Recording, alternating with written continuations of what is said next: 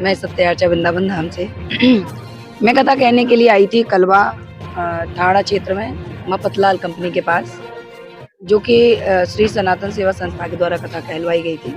यही वर्ष में मैं दूसरी बार आई हूँ। श्री रामचरितमानस का नवापारायण यहाँ हुआ। आज यज्ञ था, कल कथा विश्राम हुई थी, आज यज्ञ था, तो यज्ञ हमारा संपूर्णता की ओर है। बहुत अच्छी संख्या में यहाँ भक्त पधारे हैं केवल इस मौली के लिए। सोचिए कितना विश्वास है आज भी भक्तों को एक स्त्री के ऊपर, एक लड़की के ऊपर। मैं तो यही कहूंगी, क्योंकि भगवान के शब्द को जोड़ा तो मेरे ऊपर इतना विश्वास हुआ कि इतनी भयंकर भीड़ जैसी कथा में आती थी, वैसे ही जन समुदाय यहाँ पे सैलाब उमड़ा था मौली के लिए। इतना विश्वास है। तो जहाँ विश्वास है भावे पाषाण विद्यते, जहाँ विश्वास है तो ये कलावा, ये धागा ही उनकी रक्षा काल से तक उनको बचा सकेगा। तो बहुत अच्छा लगा। आज मौलिक सूत्र का भी बंधन हुआ और बहुत अच्छी संख्या में यहाँ भक्त पधारे। रामचरितमानस के उत्तरकांड में प्रथम ही अति अनुराग भवानी एक चौपाई है जिसकी अर्धाली है रामचरित सर कहे सी बखानी। यहाँ से यदि आप 63वां है दोहा, उसकी तीसरी चौपाई चौथी चौपाई का पहली अर्धाली से शुरू है। प्रथम ही अति अनुराग भवानी रामचरित सर कहे सी बखानी। इसमें पूरा भगवान श्री राम ने क्यों अवतार लिया और रावण को क्यों मारा, जानकी मैया का हरण क्यों हुआ, पूरा, और भगवान धाम छोड़ के चले गए। ये 68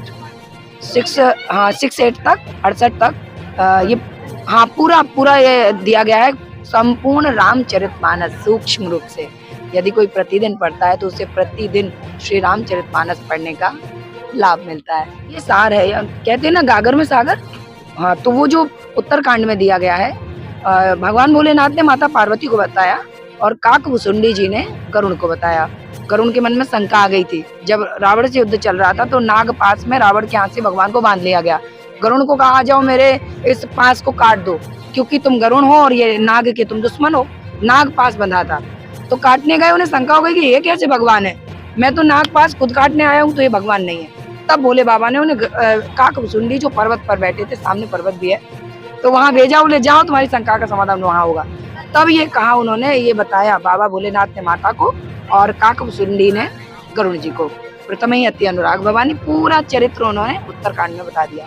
हमारे पंकज भैया जो कि इस सनातन सेवा संस्था के अध्यक्षता में थे, उनके भाई नीरज भैया, उनका छोटा बेटा, बड़ा बेटा, तो मतलब इतना उत्साह था भक्तों में।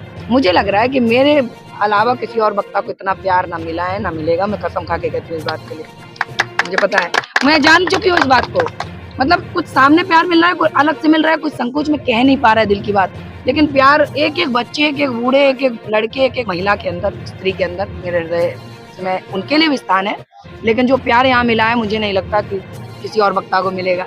तो मैं इसके लिए गर्व करती हूँ, मैं अपनी कॉलर करती हूँ। जय श्री राम। हमारे सनातन सेवा संस्था द्वारा जो राम कथा का आयोजन किया गया था देवी सत्यार्चा के मुखार बिंदु से, वो 17 दिसंबर को शुरुआत होकर 25 दिसंबर को खत्म हुआ और 26 तारीख को आज हवन रखा गया।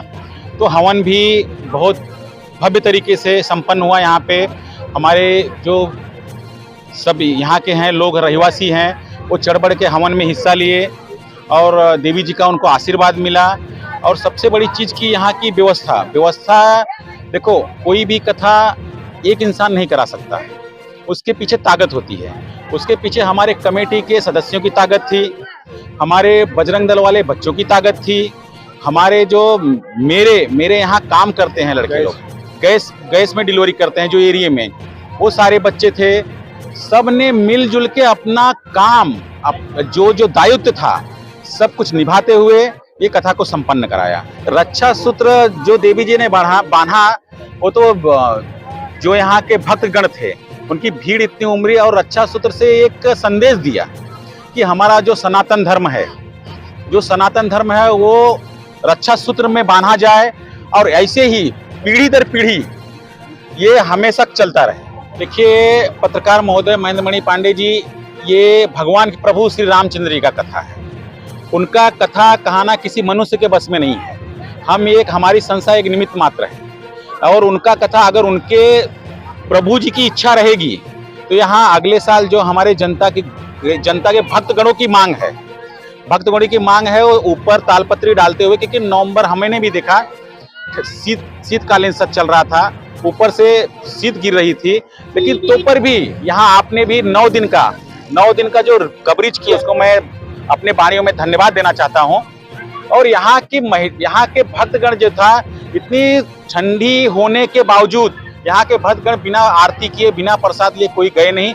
हाँ, इस चीज को देखते हुए उनका मांग है, हमारी कमेटी में हम विचार करेंगे, हम सभी सदस्यों से मीटिंग करेंगे, उसके बाद जो निर्धारित होगा वो हम छत ऊपर से तालपत्री मतलब छत डालने की व्यवस्था कराएंगे। पहले मैं प्रभु श्री रामचंद्र जी को जय श्री राम बोलूंगा, और उसके बाद हमारे श्री सनातन सेवा के अध्यक्ष माननीय पंकज पांडे जी और हमारे यहाँ के सारे कमेटी के पदाधिकारी लोग को बहुत बहुत धन्यवाद दूंगा कि उन्होंने आज 2 वर्ष से जो श्री राम कथा का आयोजन कर रहे हैं, मैं और हमारे कलवा वासियों का सबसे बड़ा योगदान रहा, हमारे भाई और बहनों का।